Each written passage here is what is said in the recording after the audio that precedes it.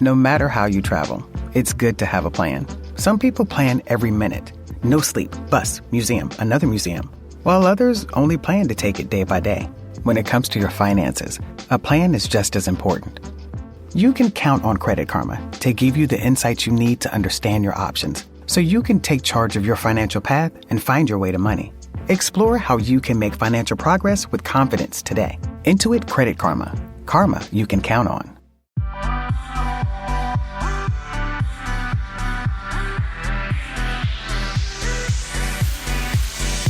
Welcome back to Kate and Ty Break It Down. What's up, Becky? What's up, guys? What's happening? How are we? We're great. Yeah? We don't really know who you are, but that's why we're doing this. So I feel like, what's a better way? I was going to say, no, like, I've met Becky, you know, I think it's been more than once. Yeah, we met at a bunch of reunions. And it was years ago. Like, New years York City. ago, So you guys which have is wild. already met multiple times. Yeah. And We I- just haven't met. We haven't had the pleasure of meeting yet. Where was I? I don't know, but I don't know. I must have been home with the kids. Yeah, you you obviously weren't there. Well, So. how many We went years out ago to was dinner. It had to have been 8 years ago. It was a very long time ago. shit. Yeah, 7 years ago. 8 Oh, years so we ago. only had one kid. If a kid at that point. Like, it's been a while. It really has. I know one time you were pregnant. Oh, okay. Yeah. Yeah. So it when had we to be met. Nova. Wow. Okay, so it's been a minute. Yeah, I've been around for a while. Yeah. So I don't And know then how you we've just never met before. I know. I'm like, what the hell happened, Becky? Yeah. How do we... And then I you feel just like we would disappeared. vibe really well together. Like, Oh, for sure. Like as humans, so As long as you're a nice person and cool, I'm good. I think I am. Okay. We'll see what the I internet love the says. confidence. It's good. It's good. Okay, so first off, since I don't know anything about you, how Yeah. did you... Where'd I come from? Where'd Yeah. you come from? Who How is- do you know Kail? Who is Becky? Where are you from? Yeah. Yeah. You know. Give us the down low. So I met Kail in 2012. She was friends with my ex at the time, and so I got brought into her life through mutual people. And we always say that Kail got me in the divorce when her and Javi got divorced. My ex stayed friends with Javi, and then I stayed friends with Kail. So I've been around for a while. I've done a bunch of Teen Mom with her.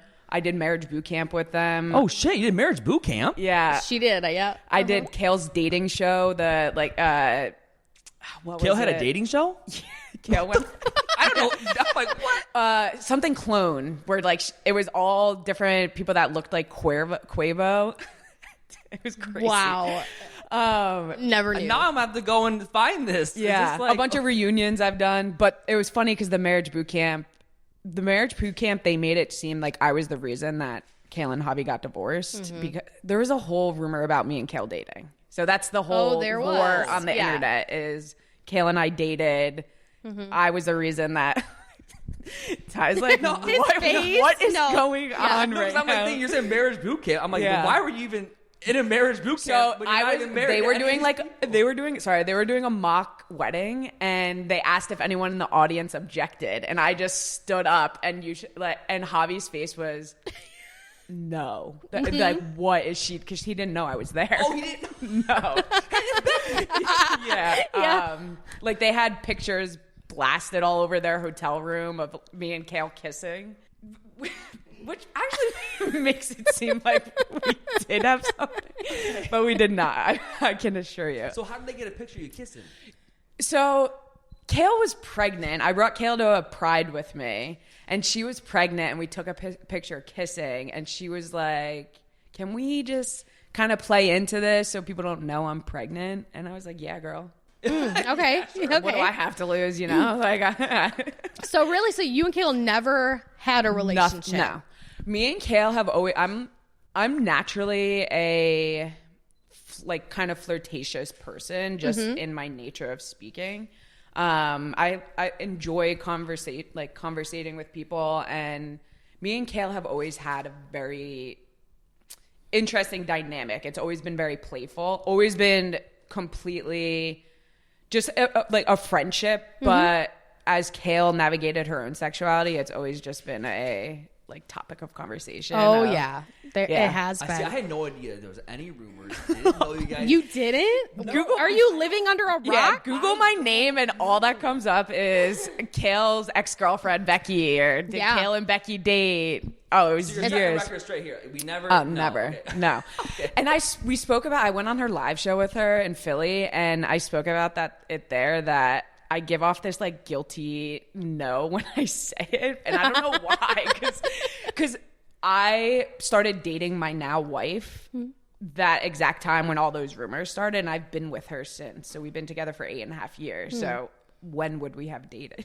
You know Right. what I mean? Oh, interesting. Right. Yeah, so I'm a serial dater, and I've almost never been single. So you would have definitely known if Kail and we joke that she's not really my type. So, So how long have you and your wife been married though? we just got married Yeah. this July. Oh, congrats! Yeah. Awesome. Yeah. It looked beautiful wherever you had it at. It was at my house. Wow, really? Yeah. Yes, Ty- Tyler. he's Where? like- That's what I mean. Listen, I'm not No. digging that. I want to sit down. I want to know everything right from here. Yeah, so Yes. I am like a hopeless romantic. I love my wife. It's actually very similar to you two, like the lore that the two of you give and how you present yourself and how in love with you are with her. I've seen I ain't that, shy about it. right? And so that I'm very coded in that. I am obsessed with Leah. Is the most genuine person you will ever meet in your entire, like, beautiful human. The world is not good enough to have someone like her in this world. You know what I mean? And so I just got lucky that our paths crossed. She's 5 years younger than I am. I always say that she was hanging out with the guys that never left my town. And so I moved back home from Philly, and our paths crossed, and it's kind of been, the rest has been history since then. We had a little bit of a rocky the first couple years, but we were Who doesn't? dating in our early 20s, Yeah. as you guys know. She was 21 when we met, and yeah, we just got married in July, had a beautiful, beautiful wedding. It was funny because we were engaged for 4 years, and we had no rush to get married, and we went to our first fertility appointment, and the doctor was like, "Why aren't you guys married?" And we're like, "I don't know." See? Like, what? And then they were like, "This is going to cost you $50,000," and we were like, "Yeah, let's get married and get presents to help pay for IVF." Right. But it is a false rumor that at-home weddings are cheaper than doing is them. it? Yeah. Oh, I bet. It's just as expensive. And when you think about it, it's like a big giant party for everybody else. Really. Yeah, Like, so we did. So I always thought we would elope. I would redo our wedding day every single day of the year if I could. We did a private ceremony. We only had about 30 of our closest family and friends there for the ceremony part, and then had a party after. We had a really hard time. We knew that a wedding, we wanted to be about ourselves, right? I was so present with Leah that entire day. It almost felt like no one else was there because of like how present we were with each other. That's beautiful. But we were struggling with, we both have pretty large families, but we wanted to keep our ceremonies small. And it was really hard for us because we had been together. When you're together for so long, there's so many people that give into your relationship, right? And right. No offense to my family, but my friends were the reason that I got through that relationship and survived different points of life that I wouldn't have been able to do without them.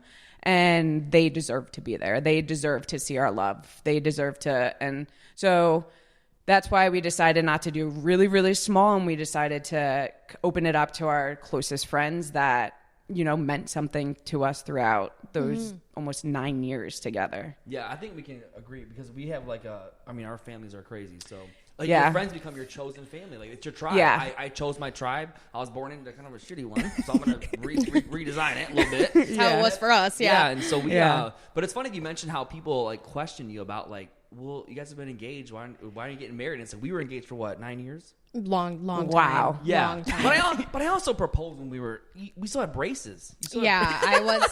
Yeah, I like 17. driving you know? a van that started with a screwdriver. Yeah, So we were good call old it the days. hoopty van. Yeah. But yeah, so it's like, people always ask us all the time, like, why are you not getting married? And it's like, we just listen.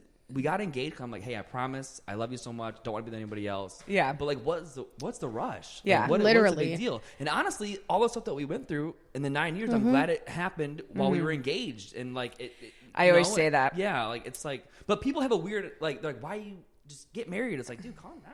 Yeah. Like, how lucky are we that we've been together with our partner for so long that the issue is that people that are together for so many years is we're not the same people, right? We grow. Right. Yep. But we just happen to be the lucky ones that fall in love with that new version of the person and constantly are falling in love with that new version of the person. And that's what ends relationships is we're not willing to grow and fall in love with that new version of the person that they're becoming. And I feel lucky to be in that situation that my relationship is the most stable thing in my life. And Same. Yeah. Same. You just don't have to worry about it. Yeah. And also, I think the beautiful thing about it is when you are, you're committed to somebody for so long and you're engaged for a while, Ty is my best friend. You know what I mean? I look at my friends, my friend group, and I'm like, he's my best friend. He knows everything about me. We've been through so much together. And I feel being best friends is the perfect foundation to a relationship. Absolutely. Because... You should talk to Kail about this when you have her on your podcast, though, because she completely disagrees that people can be best friends with their partner. Really? Well, I'm here to show you. Yeah. Because... And so it was funny just how she spoke to it, and I'm looking at her, and I'm just like, girl, you do not know lesbian relationships. No, because honestly, it's like, and it's funny because people are always like, oh, well, do you want to come out and hang out with us? And I'm like, dude, we're lame because we'd rather just hang out with each other. Yes. Just like chill. Yes. Like, I'm not ashamed of the fact that we are best friends, but I also feel like, how do you not be best friends? Like, how do you not be best friends with your spouse? I wouldn't want it any other way. Like, I feel bad for people that, because I know people in relationships that don't really like their partner, or don't really have a connection with them, or there's similar interests. Same. Or any commonality between them. And I feel like a sense of just sorrow, right? Yeah. Like for them, because man, like life is just so great spending it with someone that you love and I think it comes excited for. 100%. I think it comes down to the fact that you don't settle, right? Like, if I see me and her talk about it all the time, that we see so many of our friends, family and members, the older we get, it's like the more and more I'm seeing that they're just so unhappy. Yeah. And like, but it's just weird how it's like, why are you doing this to yourself? I don't understand why you're settling. Especially the person you're going to be with forever. It should be like, you should want to spend all the time and travel with them and have fun. Even when you're doing nothing, it's still fun, Like, and then people will always say stuff like, oh, well, maybe you're just too codependent and you're too enmeshed. And I'm like, bro, if this is codependent, I'm rocking. Then I'm codependent. I love it. And I ain't mad about it. Like, I mean, like, whatever. But I think it's funny because people will always say stuff like, oh, well, do things separately, and it's like, we do. Yeah, but we for just, we sure. just prefer to do stuff together. So Yeah. what's the problem? We actually like each other, so sorry. What a yeah. shocker. So obviously you're a lesbian. You have a wife, as you said. I was kind of interested in whatever you feel comfortable sharing, but what was like your coming out journey? Yeah. Like, how old Yeah. were you when you realized, and kind of your journey of coming out and letting everybody know? So it's so funny because everyone knew I was gay before I did. It's like, Ashley, we have a friend just like it. Yeah. You're my best friend. I was an athlete. I was your pretty typical, you should have known you were a lesbian. I didn't come out until I was 19, my sophomore year of college. Oh, wow. And it was for no other reason than I didn't know. I'm from a very small, 99% white town. Same. No queer people, no representation. Never saw queer people on the television. Never saw queer people represented in really any part of life. So I just didn't know, right? And in high school, I had boyfriends. I did everything that you were supposed to. I was really focused on sports, so it was never really that big of a, this concept of, is this what love is supposed to feel like? And then I went to college, and I went to a college that was full of lesbians, and they all started to take bets of who was going to get me to come out first. It was a wild And experience. what would you do? Would you just laugh and they're all talking about it? Yeah, Like, and oh, I would just soak up the attention that I got. I'm the youngest of 5, so I've always just loved attention at any capacity. right. And so I just I played into it. I never ended up dating anyone, and it wasn't until my first girlfriend that I met who didn't show me any attention, and I was like, what is going on? Like, why isn't this girl giving me attention? What's wrong with you? And I've always gone for, very beautiful women, very straight coded, who you would never really identify just visually as gay. You love a beautiful woman. Yeah. Really girl. Yeah. Uh-huh. And so we started dating, and the moment we started dating, everything just clicked. It was like, oh, this is what you're supposed to feel like. This is what butterflies feel like.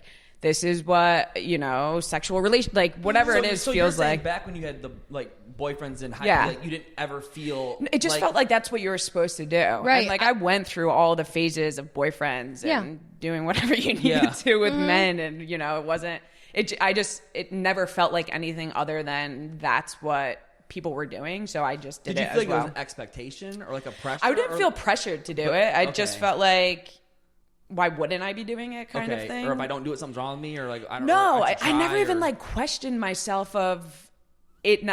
Because it didn't matter until when I met my girlfriend, and then it all just clicked. It was just like, oh, yeah, because this was never what it was supposed to be. This is how it's supposed to be. Right. So yeah. You never dated the guys and was like, all right, this is like, or it doesn't feel right, or I think just because I love humans in general, and and so I'm deeply in love with my friends. I'm deeply in love, and a lot of my friends are men. So I can fall in love with men easily. Right. It's just, I just never knew that there was a difference from a physical attraction standpoint until I was physically attracted to a girl. So differentiating between the two, you didn't really, that makes sense. Because that's kind of like, it's interesting because that's the first time I've heard someone that had a story like that, because my best friend, Ashley, I mean, I knew she was gay my whole life. Before she ever came out, our whole friend group knew it. But she never had boyfriends, and she had the thing where she slowly started to be like, "Hey, can I borrow your jeans?" And I'm like, "Yeah, finally!" In my head, I'm like, "Yeah, borrow my jeans." Yeah. And then so her whole thing was she always knew. She's like, "I knew when I was 4 years old." And it was and it was kind of the same thing, where we grew up. It was majority white. We had 2 different kids that were different races. Yep. We didn't have, exposure lesbians or, any queer people. Yeah, it was all of that. Just a small little town. But we all knew. Yeah, we all knew. And she knew, but she didn't tell anybody. She'd get really mad at me when I would say what. Internalized homophobia is very real. And I would get so pissed when it. people would say something too. Yeah, and it's almost one of those things where it's I always tell her all the time because she beats herself up a lot. I'm like, listen, I don't think you understand the strength it took from the age of 4 to have to fight that your whole life, And she had a lot of struggles, in her adult life later on. I mean, a lot of that can lead up to it. Yeah, too. It was a big part of it. And when I asked her, I said, "Do you think being, closeted was a issue that led to you having all these other adult issues?" And she said, "Absolutely. It was the driving force of all of her trauma and everything that comes along with it." And it was just so I never heard anybody it's interesting that was I didn't really know. It's wow, dang, okay. Thankfully, I guess. There's a couple key points. Definitely anyone listening to take out of it, though, your friend, it has nothing to do with the acceptance of the people around you that limits someone's capability of expressing that part of themselves, right? So if someone's hiding that and it's late of them coming out, it's never a you issue, right? There's a lot of people feel sad that someone didn't trust them, did they do something wrong? But that's just never the case.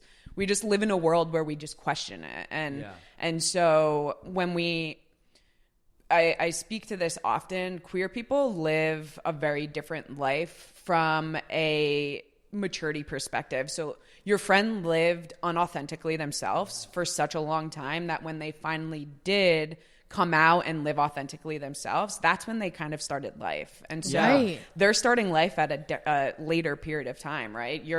You say immaturity wise, like So you'll notice that a lot of queer people go through this kind of like crazy unhinged stage later in life is because they were finally themselves or in an environment they feel like they can be themselves. When most cis, straight people have just lived authentically themselves their entire life. Right. And that makes so much sense. And they went through that kind of crazy period, the age that normal people, that everyone else does. And there's exactly. It makes a lot of sense too, because she had a problem with it. I'm actually the one that was like, listen, because she went to jail and she braided her hair and she got it, and then she had my jeans. I'm like, listen, I said, just it was your jeans that did it. Put your hair. I swear. I tell her, me and her laugh about it all the time. She's like, dude, I wore those jeans all the time. And she put her hair in a bun. I said, just here, why don't you wear my hat? And once she wore that hat and had I swear it was like nothing was in her way. And I'll never forget when she told me like, hey, I just want to let you know, like, I'm gay. And I said, it's okay. I know. It's okay. I love you, and I know. And I just tried to hold that space for her, but I was just like, yeah, I know. I've known, just waiting for you to want to come and say it. Yeah. But I hope you guys know that if you haven't recognized it, you guys probably saved and healed a lot of parts of her. If you've never like thought through, like, just you being there for her and her being comfortable enough to come out to you, and like, that's huge, right? Yeah, like, I felt that's honored. Really, I felt really honored because when she did tell me, I could tell she was like, almost like, listen, I'm going to tell you this crazy thing. I'm like, I know. And she's like, thank God, oh my God. Like, she started laughing. She's like, I'm so happy that this is how it is. And, that's just how we are coded, is just this fear, right? I mean, I went through this. I remember I was at, I had all my guy friends, my best friends from high school. They were up at my college house and we were playing drinking games. And I was so nervous to tell them about me, like, having a girlfriend. Oh, you were nervous? So I was nervous. Say, it's very, you have to be very vulnerable. I just didn't know what to expect. You never really know. And they gave me no reasons of ever thinking otherwise. But I remember telling them, and they were just like, love you, happy for you. Can we please keep playing this game? Like, right. Yeah, like, I was gonna say, because I feel like when you are, coming out to people or telling people who you really are as a person, it's scary, and there's got to be fear, and you're being very vulnerable. Yeah, in that moment. And coming out never ends.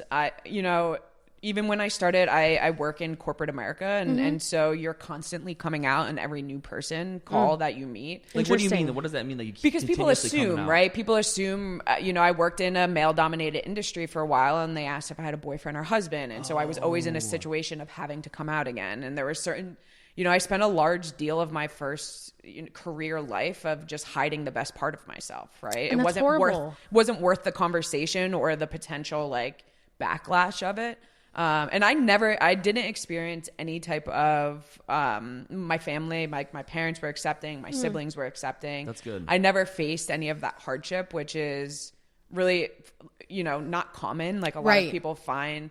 We have two friends that we recently just became friends with, and they just got engaged, and neither of their families support them. And when you get engaged, it's just supposed to be the best frigging time of your life. When you get engaged, like, that month is just the most beautiful month that there is, I think, in your entire relationship. And, we threw them like this little surprise, congratulations. Cool. And they were just so emotional about it. And love is just supposed to be celebrated at any 100%. Capacity. Yep. And it makes me really sad that people have to question and realize. Leah, my wife, she was her mom and dad were accepting, but she was worried. Her dad's a farmer, raised in, in the area that we are. And we dated for a while before she told him. And it was, I felt a little bad because I was like, I can't do this unless they know, because I feel like I'm sneaking around. And she wrote him a letter, and he thought she was dying, like, and he started crying. Aww. And it was just, and he was just happy she wasn't dying. You know what I mean? So, well, you sound like you're blessed with the people around you. Yeah, like, I collect outside my siblings. I have really great relationships with, but outside of that, I collect really good people. I've been so like, the humans in my life are just genuinely good people, male and female, all over. Like, we have a core group of friends that they're just, and I feel like that's how life is. You are who you surround yourself by. And that's always just been something I have lived by. And honestly, that's a part of the reason that me and Kail, we weren't friends for the past 5 years. We just, she just had surrounded herself with really toxic people. And that was the only situation that I was around toxicness besides my like past relationships. Oh, really? Like, so you're saying 5 years you guys are not friends because you didn't like the people she was around? Or So I was in a really bad place in life. It was 2020. I went through a really dark, like, wanted to take dirt naps all the time, like did not want to be here. And so I wasn't able to be present for myself, and just adding the stress. I mean, you guys know Kail. She has constant just shit going on around her and just chaos around her. And at that point, it was just, you know, she was with Chris, and there was just a lot of toxic nature around just what she was in, and I just couldn't handle it. I couldn't deal with it. I didn't want to be alive, so how was I supposed to want to be alive, or you know, with the weight of that as well. So that was, we had a falling out based on a different conversation, but it kind of all played. So the falling out happened because you were like, listen, I can't. No, the falling. I won't get too deep into it, but the falling out happened. It was based on a political conversation in 2020, and okay. But I don't give credit to just that. I think it was an overall, we were a whole bunch of things. We were both being played by people that were in her life, of just like people bringing the worst out of me, right? People were coming to, like, I just started becoming a version of myself that I didn't like. And then they would go back to Kail and chirp in her ear about it. Was just piling and I don't deal with that in my life, right? I have good people in my life, so it was not a good time for. And Kail was going through what she was going through, and it wasn't a good time for either of us. And you know, now people are like, "How are you starting?" Kail and I started a podcast, Karma and Chaos, and they're like, "Give your guys a second. Like, you just started your friendship again." And it's not like that, because we cared and loved for each other for you know, almost 10 years prior to that. We were great friends. And now, did people watch the video? She's standing outside your door and she's already bawling her eyes out before she even sees you. Yeah.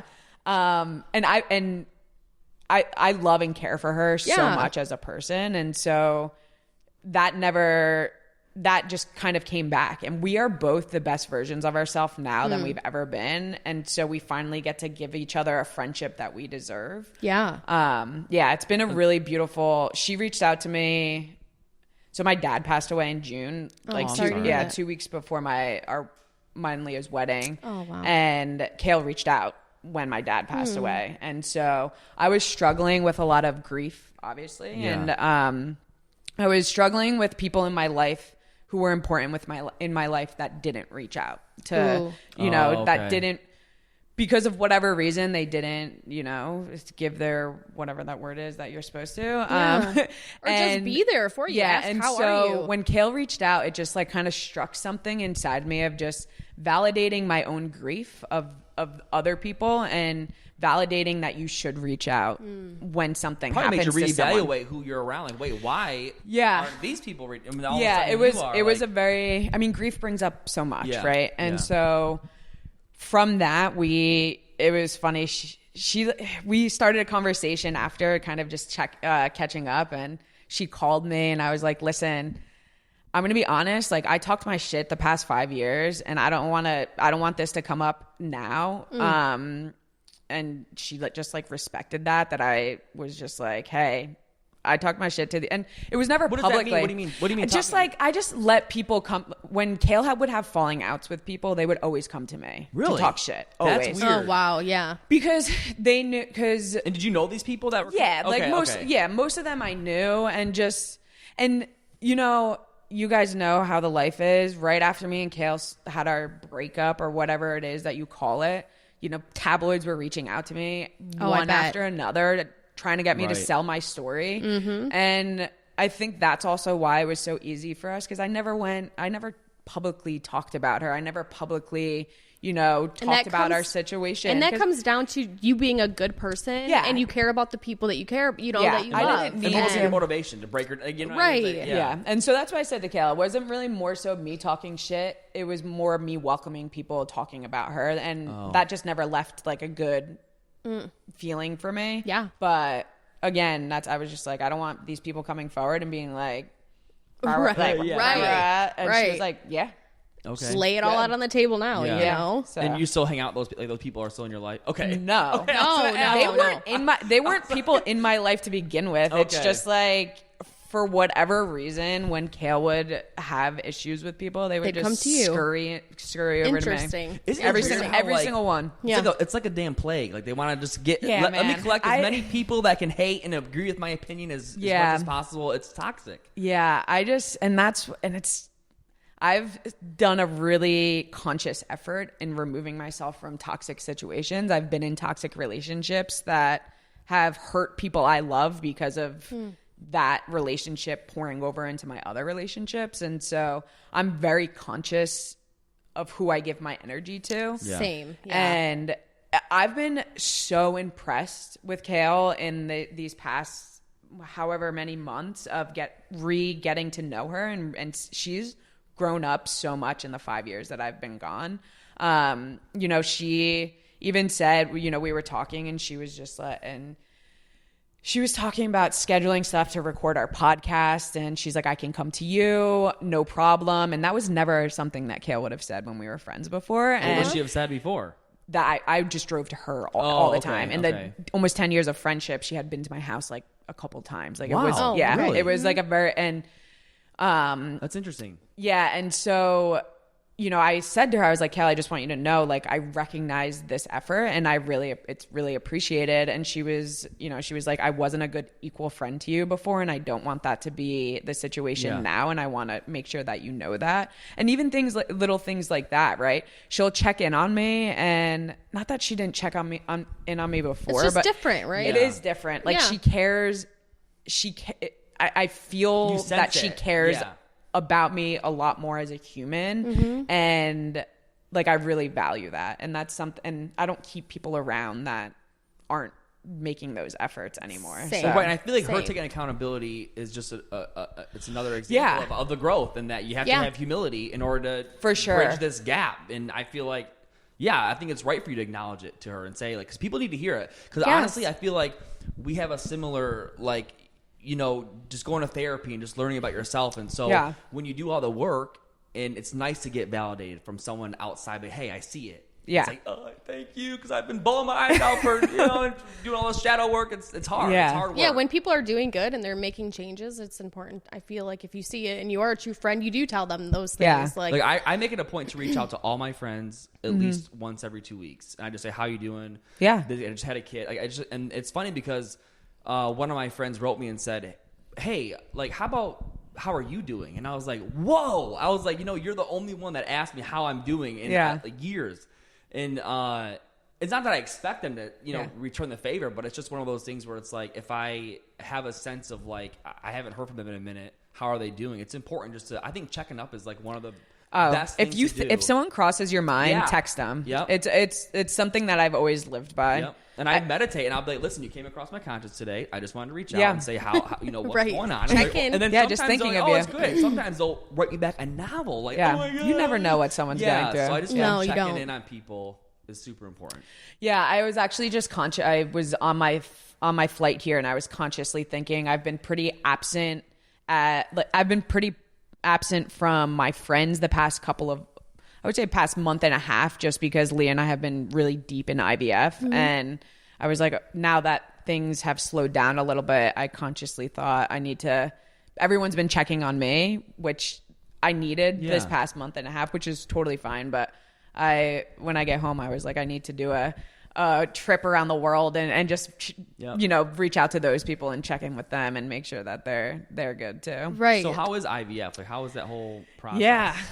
especially being, you know, like a lesbian couple and going, you know. So it's a lot. IVF is a lot for anyone. No one prepares you for the mental roller coaster that comes with IVF. We started in February, and Let's go through the whole Yes, thing, yes. because Take me I don't want to Right. to just give you the ending. Yes, and, take me through it. And so when you start with IVF, first you go and do your baseline testing, figure out, making sure that this is for my experience. For straight people, it's a little different, because obviously if you're going into that, you're going because you think that there's an infertility issue or you need help, which is so freaking common that it's not talked about enough. For us, we don't have any, we didn't go because we had infertility issues. We just don't have that part with us. Right. Yeah. Yes. And so we went and did our baseline testing. They reach out to your insurance. IVF is fucking expensive. And it shouldn't be. It shouldn't be. At the time, neither of our insurances covered it. Luckily, my job switched their benefit package, and mine did covering it. So we only had to pay for Leah. But we decided that we wanted to do co-IVF. And so that's when you do egg retrievals, you fertilize the eggs, and then you swap. So Leah will carry my embryo. I'll carry her embryo. Oh, so you both are going to carry. And Okay. so we went through also a unique donor selecting process. Typically what people do is they'll go online, they'll go to a cryobank, and they'll select a donor based on a baby picture and just a little bit of information. That donor stays private and hidden until the child is 18. Then the file opens. That's a pretty common. Yeah. Luckily, I had someone reach out because they started a company. They didn't like that experience and wanted a more personal experience. Oh, nice. And so it was a queer couple. It was a pediatrician and a lawyer. They started a private donor matching company. Awesome. It's called Seed Scout. And so we went through Seed Scout, and it was the only good experience through this whole entire journey. Really? And we essentially interviewed people. That's amazing. Yeah. So we consciously got to choose a really good human that could be a really huge part of our life. In most cases, gay men can't donate to sperm banks, and it's all outdated. What? I never knew that. Gay men can't donate blood either. It's all out. It's just that that's really our country is very coded. Well, they should be able to donate blood too. If you just run tests, everything's or tested. Whatever. It's crazy. But that part, wow. So a lot of the men that are a part of Seed Scout are gay men looking to help queer families start their own family, because they know they're going to have help at some point as well. So we went through this process. They gave us probably like 60 people to start with, and we went down to 6. Then we interviewed 2. We fell in love with our donor. We met him and his husband, and we talked. The first time we probably talked for like 3 hours.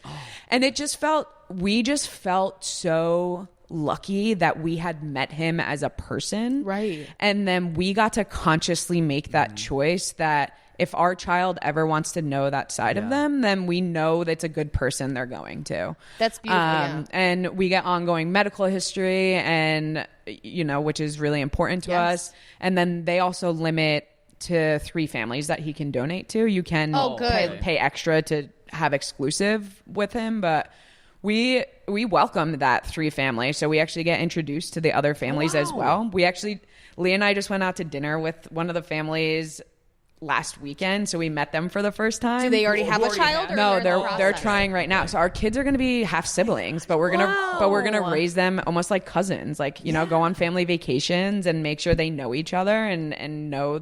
We're basically creating our queer little family, little tribe. Right? Yeah. So cool. You know what though? In my opinion, that's fucking beautiful. Yeah. And it's beautiful to witness and to hear. That's amazing. Okay, keep going. Yeah.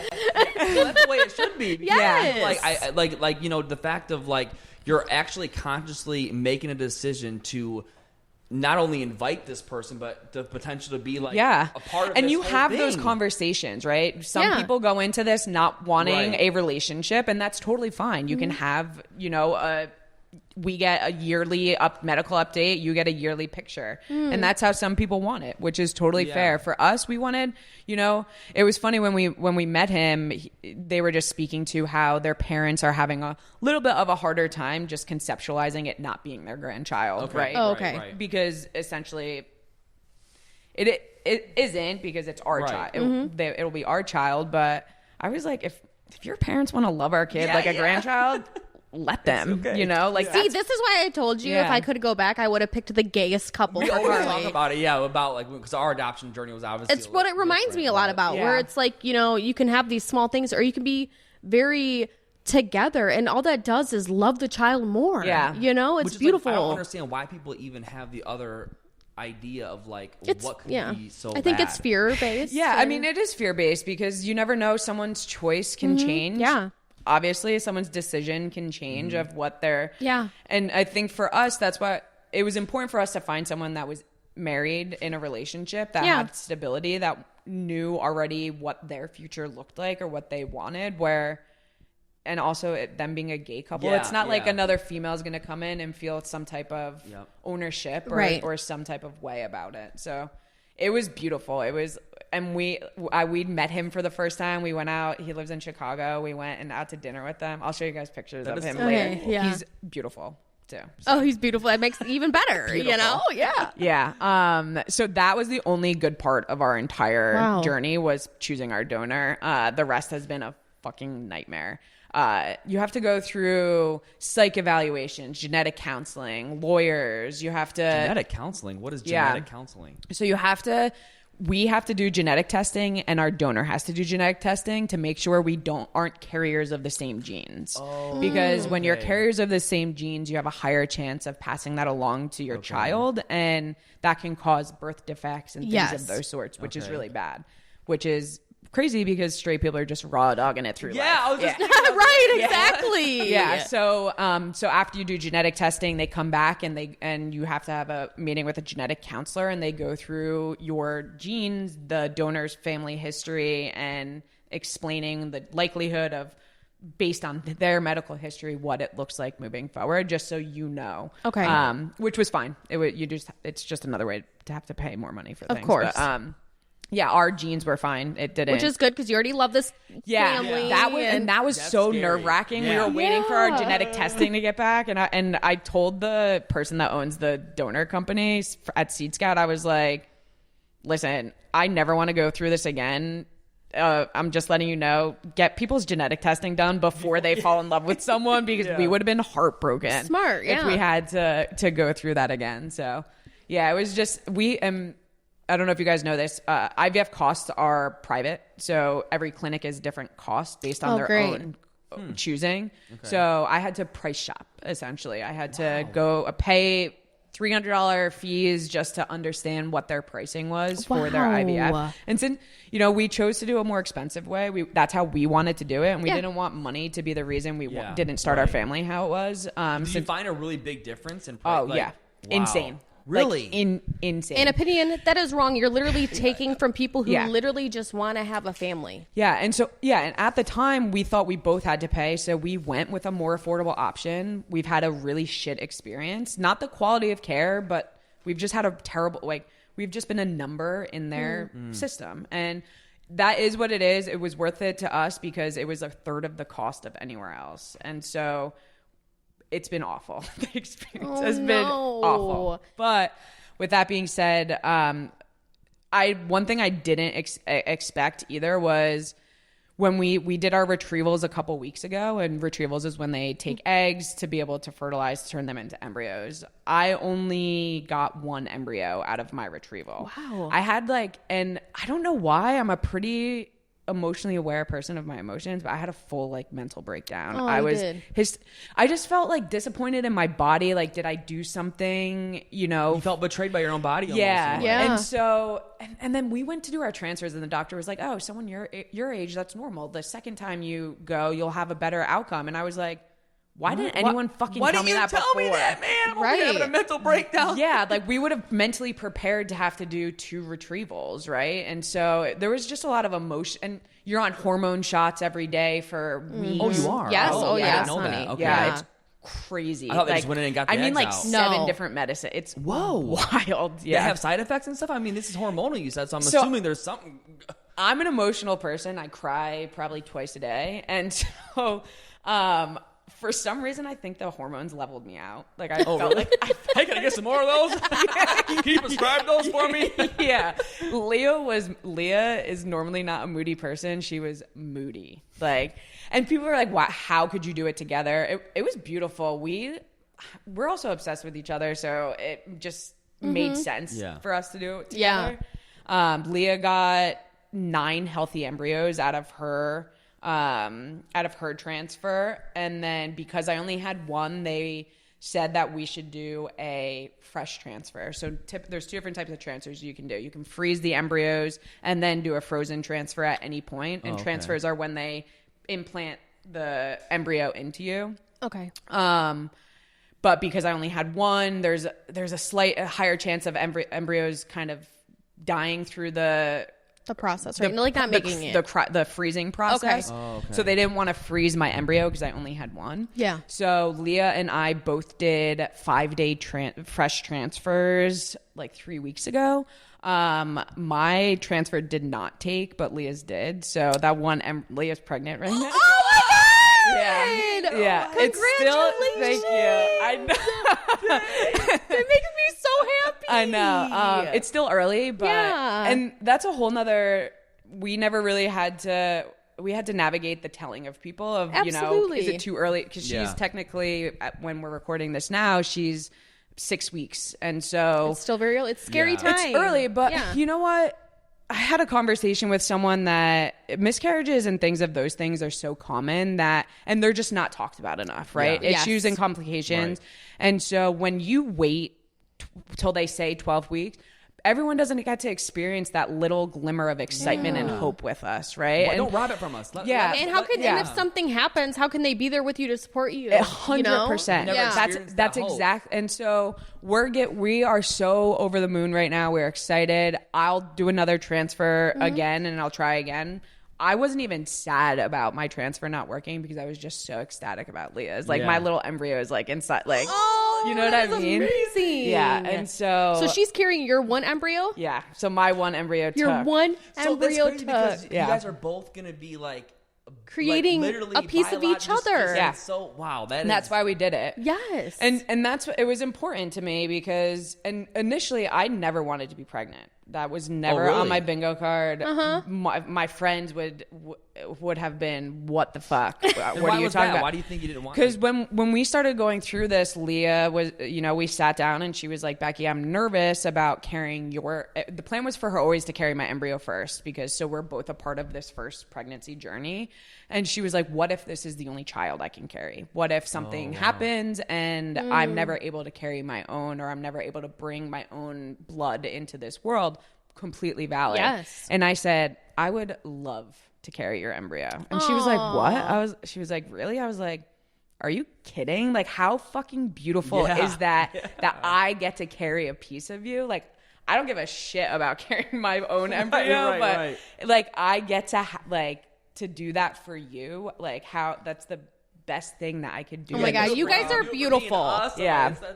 And so that's where that came from. And if it ends up being that I can't carry, I think that the effort that I made too, I think eased Leah's mind enough that we're trying, right? Right. And it's not uncommon for someone. I'm 34, and so it's not uncommon for transfers not to work either. So it's not some huge shocker. Yeah. That's why we were just happy with hers working, and all of her blood work keeps getting stronger and stronger too. And then and if it doesn't work for you, we have 8 embryos left of hers, so great. So she could carry her own if you guys down the road, like, we want another child. And I actually think I'm going to do another retrieval before I do a transfer, just so I have a couple more embryos frozen, ready for if the day ever comes. And was that process painful, the retrieval part? So I didn't have any issues with the retrieval part.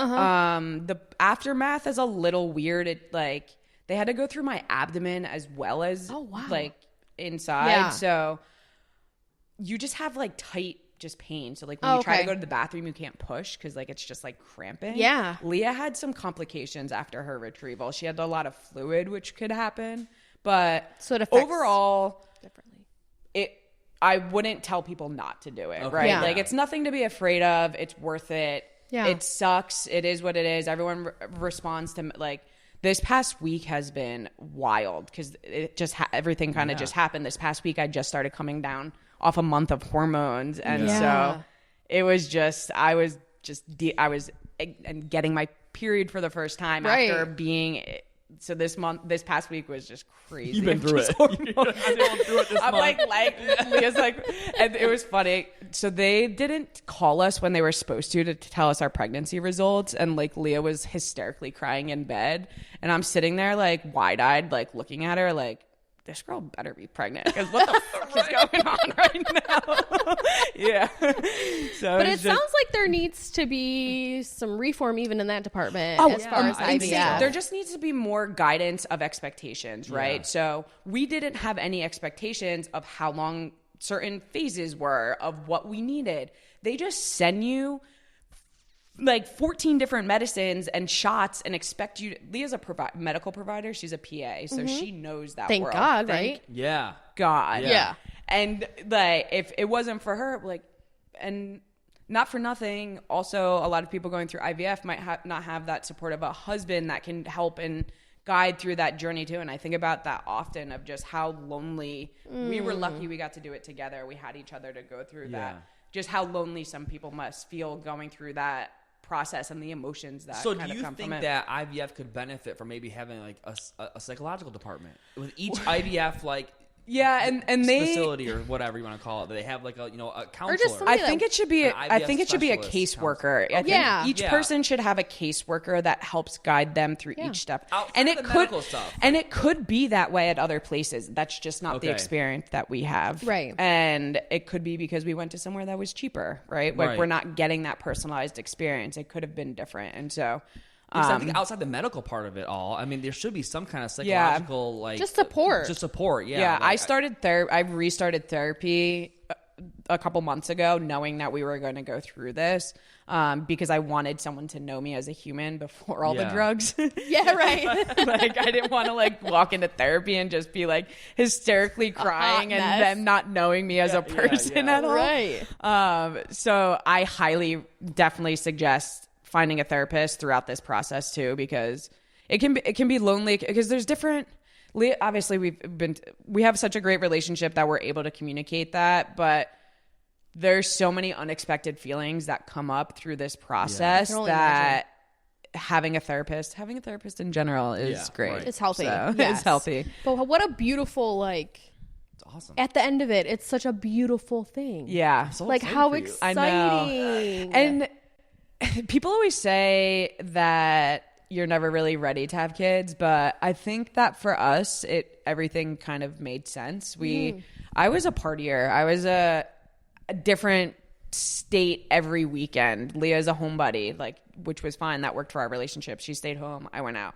And until I would say the past couple years, I enjoy sitting at home on the couch with Leah more than anything in this world. Yeah. And our lives just kind of slowed down. We slowed down with our friends. Like we have friends that come over and we hang out, and and we were just ready. We were just like, I'm excited. We're excited to experience life with a child now, to give them the love. We have so much fucking love to give, and we have so much love. We have so much support around us, and we're just so ready. And that's also another thing Leah is highly speaks about is, if anyone is thinking in the future of wanting to have kids, especially if you're queer, start the process now. We wanted to be pregnant in January, right? Wow. And so it's been almost a year of this whole process, because you could do the process, freeze your embryos, and let them sit there until you're ready to have kids. Right. But just start. Just start it, yeah. Because you never know what's going to happen. You never know, the hurdles and you want to, when you're ready to have kids, you want to be able to enjoy it. It almost doesn't feel real yet, because it's just been this scientific process of frustration and, ebbs and flows and whatever. But yeah. I'm excited. I can't wait. I'm like, I know. I don't even know you, but now I know you. And I'm like, I know. I love it. I'm like, oh my God, you guys are so beautiful. I'm like a little puddle over here. Seriously. So it's funny how you puddle. mentioned how she's more of a homebody or whatever. And no, because I feel like we were similar. I was always like, let's go. I'm going to talk to people. Blah. And she was more like, dude, I just want to chill in my house. That in a safe space. That I Please don't put me in that situation. And then now I'm like, I'm on her page. Now it's more sometimes I'm like, come on, can we please leave? I know, and I'm like, get out of here. Hang out at home, man. I don't want to do anything. But isn't it such a peaceful thing? Because you experience the party and all, but now it's like, wow, this is really nice. Like, I've lived a life for enough people, of hundreds of people. I've traveled the world. I've experienced life. I've given everything into my early 20s that you're supposed to, and which is so awesome. Now it's time to settle down and give that to a little person. I can't even. And there's no regrets now because you did it No, all. So none. Like, I don't have to sit here like I didn't get to experience all literally this stuff. none. I feel bad a little bit for Leah because she's a physician's assistant, so her life was a little bit different than mine. She didn't get to.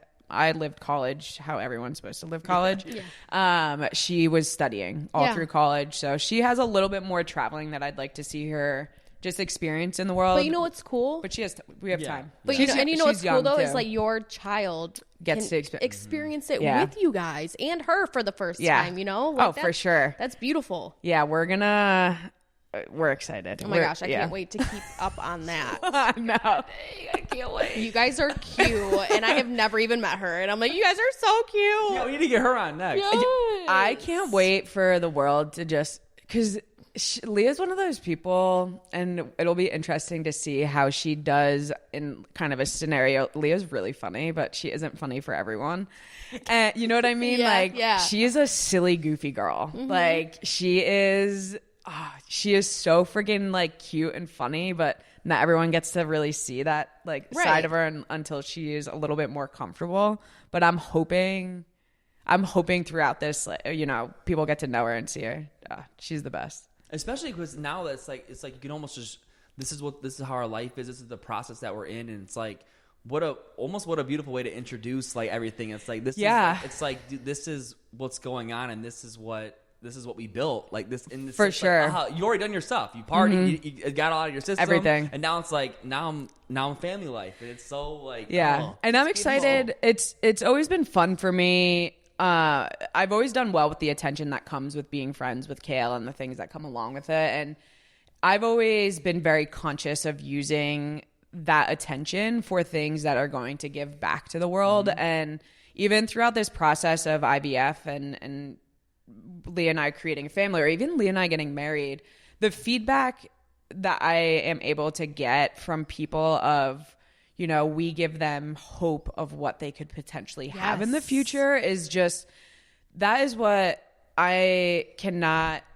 just love that social media gives that to us, right? Social media gives us this hope that other people might not see, that I never had, this representation. And that's what I mean for the younger generations too, Yeah. Somebody who feels maybe a little different, to see people and be like, oh, it's okay, because in the future I could have these things. I feel like a lot of queer people and trans people, they don't have that. Yeah. Not it's at all. becoming more common. Yeah. It's because people like you and our friends, they talk about it more. By sharing their stories. Yeah. And that's why me and Kate always talk about if Teen Mom ever tried to shift over to housewives kind of shit, or we're out. I'm out. Because we always say listen, we don't like to do anything meaningless. I want purpose. I want a moral compass for sure. This journey even if is. it's one person that I did what I was supposed to, So we're like listen, there has to be a bigger reason for why we've gotten this 100% undeserving spotlight.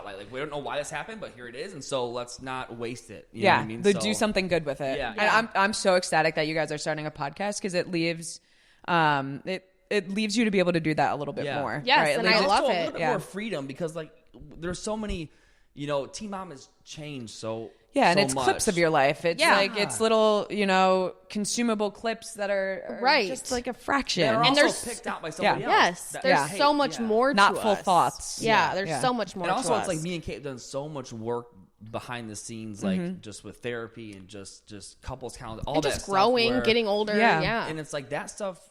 We have the spotlight. Let's just before it fades. Let's get all that out there, which is really why we wanted to start this whole podcast in the first place. Yeah, that's beautiful. People have been telling us to do it for years. Well, and we can dive deeper into things that are important to us. And do that. Conversations are so important. Life, and I speak to this so much, is life's not supposed to be lived alone, and we pain is so universal, and life's fucking hard, and why do it by yourself, and why not share? Right?